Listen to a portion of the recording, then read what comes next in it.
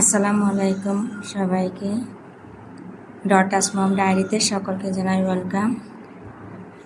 আজকে হচ্ছে ওয়েদারটা অনেকটা খারাপ, দেখতে পাচ্ছেন কয়েকদিন ধরে অনেক বৃষ্টি পড়তেছে।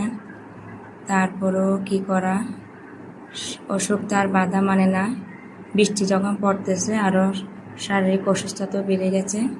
আমার পুষ্কু বুড়িটাও একটু অসুস্থ বেশি হয়ে গেছে, আমি অসুস্থ, তাই দুজনে ডাক্তার দেখাতে গেছি। ওখানে গিয়েও শান্তি নাই, দেখতে পারতেছেন।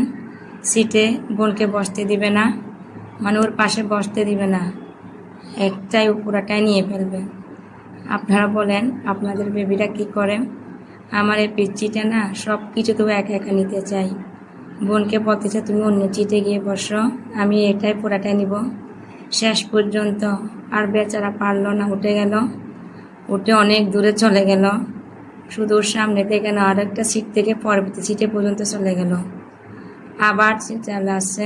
ওকে একটু বেশি সামলানো খুব কঠিন, তারপরও কি করব।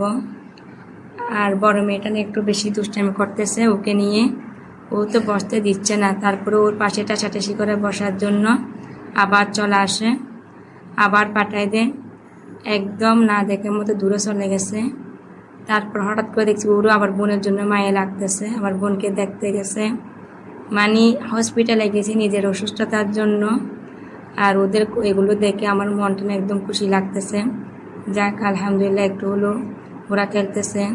পিচ্চিটা তো সারাটা দিন এখানে কান্না করছে।